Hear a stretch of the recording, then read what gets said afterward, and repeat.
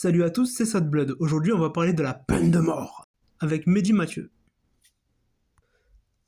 Pour ceux qui ne le connaissent pas, c'est un PNJ d'extrême droite qui se croit hors du commun parce qu'il est de droite et arabe.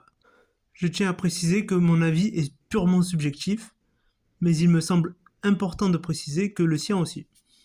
De mort, c'est mal. Oui, alors je veux bien que ce soit mal. Mais dans ce cas, pourquoi est-ce que toutes les grandes puissances du monde l'appliquent? Est-ce que les États-Unis, la Russie, la Chine, l'Inde, le Japon sont des pays arriérés? Est-ce qu'ils auraient un sens de la justice moins abouti que la nôtre? Pour l'instant, laissons ces questions de côté, je vais d'abord vous parler un petit peu de moi. Comme la majorité d'entre vous, j'ai reçu une éducation française. Depuis l'école, on m'a toujours donné beaucoup d'arguments contre la peine de mort. On m'a dit que c'était de la vengeance, que la vengeance n'était pas justice. On m'a dit que c'était immoral, que ça ne dissuadait pas les criminels. On m'a fait lire Le dernier jour d'un condamné de Victor Hugo. Tu renies l'héritage de Victor Hugo? C'est pas très patriote ça. Perso, quand je pense à la France, je pense surtout à Victor Hugo et à Voltaire.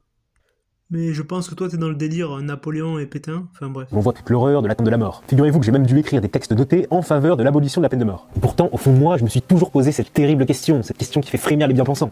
Est-ce que tout le monde mérite de vivre? Honnêtement, pas tout le monde mérite la vie. Mais puisque tu es croyant, j'ai envie de dire, c'est Dieu qui donne les punitions, pas l'État. Qui sont-ils pour dire qui a droit de vie et de mort? Commençons clairement. De quoi parle-t-on? La peine de mort, c'est une sanction pénale ordonnant la suppression de la vie d'un condamné. On l'inflige à une personne reconnue coupable d'un crime passible de cette peine à l'issue d'un procès organisé par une juridiction légale incarnant la justice. Bien, donc selon la définition, s'il existe ne serait-ce qu'un crime qui d'après vous mérite d'être sanctionné de la mort, vous êtes comme moi pour la peine de mort. Ok, c'est très bien, mais c'est quoi le but de la justice? Je vous saoule un peu avec des définitions, mais tout le monde ne comprend pas le mot justice de la même façon. Donc pour la bonne création de vidéo, il paraît essentiel que je pourrais la justice vise généralement à établir une sorte d'équilibre avec la loi et la réhabiliter ou se défier. Par exemple, c'est au nom de la justice réhabilitative que des étrangers sont parfois punis de façon plus indulgente que des personnes insérées dans la société. Source tes propos, parce que là, les étrangers disent justement le contraire. On considère qu'envoyer en prison des gens peu insérés va encore plus les isoler. Il a tué cet homme de 43 coups de couteau et vient d'être libéré après seulement 1 an de prison, on vous raconte. Une décision incompréhensible pour la famille de la victime. Maxime Vacan, 27 ans, s'est fait poignarder en octobre 2022 près de Metz. Le tueur, âgé de 17 ans au moment des faits, a été interpellé rapidement par les gendarmes et mis en examen pour meurtre en octobre 2022. Placé en détention provisoire, il a été libéré sous contrôle judiciaire 1 an plus tard. Alors que pour d'autres, ça va juste les calmer. C'est également au nom de cette justice que la France a aboli la peine de mort. Et oui, qui est réhabilité si on peut jouer au bowling avec la tête du coupable. Au contraire, la justice rétributive, qu'on peut aussi appeler punitive, se demande comment assurer que le châtiment soit proportionnel au crime commis. C'est-à-dire qu'un trafiquant quelconque sera puni à une amende, un violeur à de la prison ferme et un meurtrier à la peine de mort. Perso, je ne suis pas d'accord avec la justice actuelle sur ce point. Rétablir les prisonniers, ceux qui ont commis un délit, ok, mais pas un crime. Un crime mérite la prison à vie, je pense.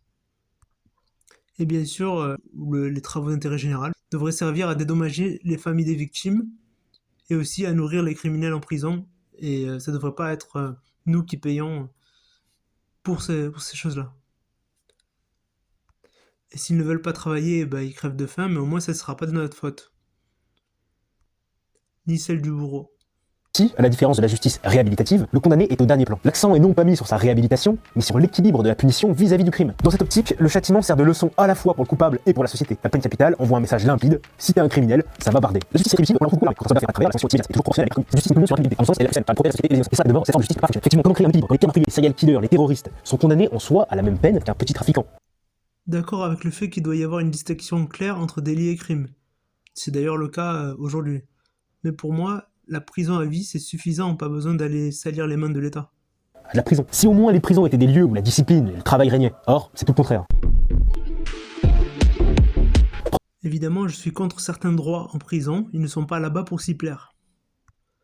La réhabilitation, pour moi, ça devrait être exclusivement pour ceux qui ont fait un délit et pas ceux qui ont commis un crime.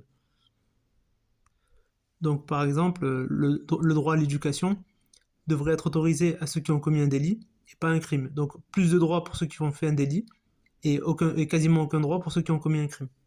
Prenons l'exemple de Chokri Chafroud et Mohamed Graham, qui le 14 juillet 2016 ont foncé en camion bélier à près de 100 km/h sur la foule amassée promenade des Anglais à Nice. Quelques secondes plus tôt, des milliers de familles étaient venues voir le feu d'artifice de la fête nationale. Puis une minute plus tard, les terroristes tueront 11 enfants, des dizaines de mères, de pères, au total 86 morts et 458 blessés. Alors d'après vous, 86 morts, 458 blessés, que des innocents, qu'est-ce que ça vaut leur vie? Eh bien figurez-vous que la justice française a tranché. Elles valent 18 ans.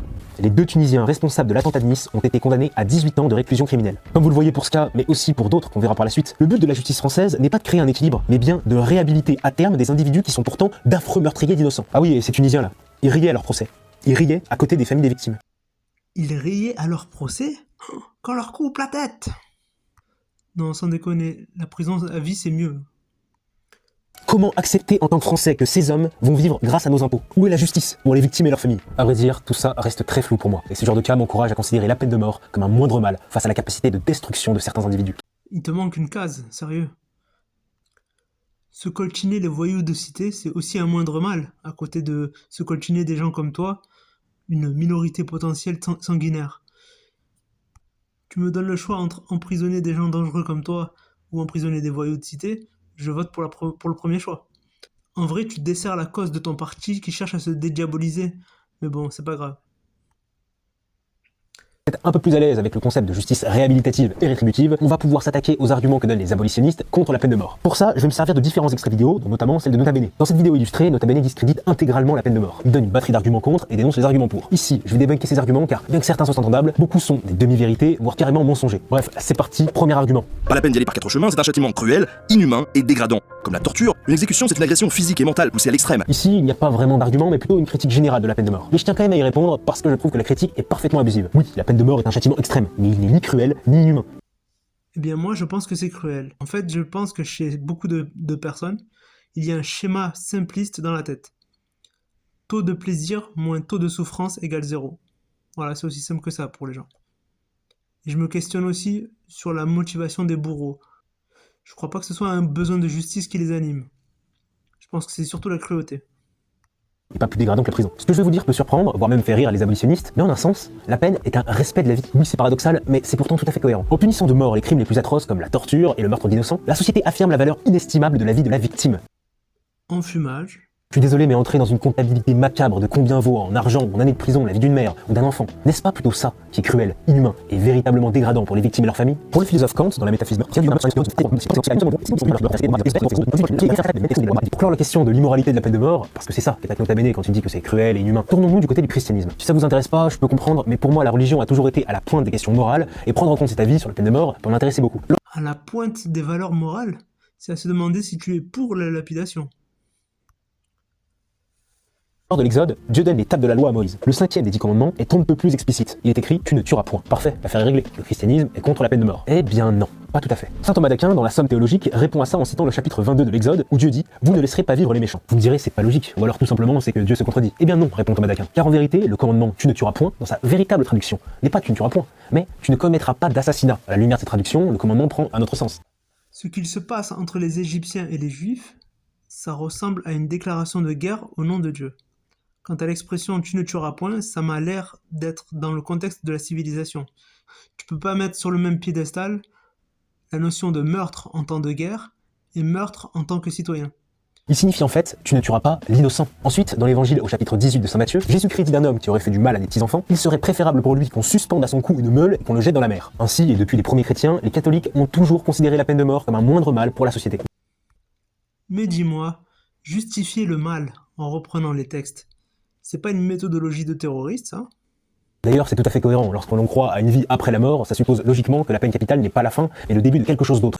C'est pas cohérent du tout. Si tu crois en la vie après la mort, alors les criminels ont plus de chances d'aller brûler en enfer.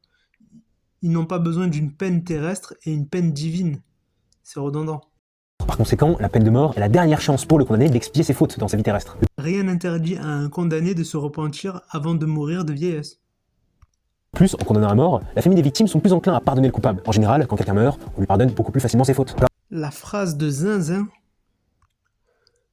Et donc, si on changeait la loi et qu'une victime devait à le syndrome de Stockholm, tu préférerais qu'on annule la sentence? C'est bizarre. Ah oui, c'est triste d'en arriver là, mais face à des crimes abominables, avec la peine de mort, l'État offre aux criminels une forme de rédemption. Petite mise à jour. Ensuite. La peine de mort c'est une solution brutale et simpliste qui ne fournit qu'une réponse superficielle à la souffrance de la famille de la victime. Alors là, c'est lunaire. La peine de mort ne fournirait qu'une réponse superficielle à la souffrance de la famille de la victime, mais alors dans ce cas, la prison, ça fournit quoi à la famille des victimes? Lunaire? J'ai l'impression que tu es tellement fragile que tu ne t'es jamais battu avec qui que ce soit au collège. Perso, j'ai reçu de nombreuses brimades durant ma scolarité en raison de mon poids à l'époque. Je peux t'assurer que se faire vengeance, ne serait-ce que par des coups de tête bien placés dans les gencives, ça n'a pas du tout effet de satisfaction. Ce qui est satisfaisant, c'est l'applaudissement de ses potes après la baston. Mais quand il t'arrive le contraire, ce qui m'est déjà arrivé, quand les gens se mettent à pleurer autour de toi au lieu de t'applaudir, ça fait froid dans le dos. Alors j'imagine même pas le remords après une exécution.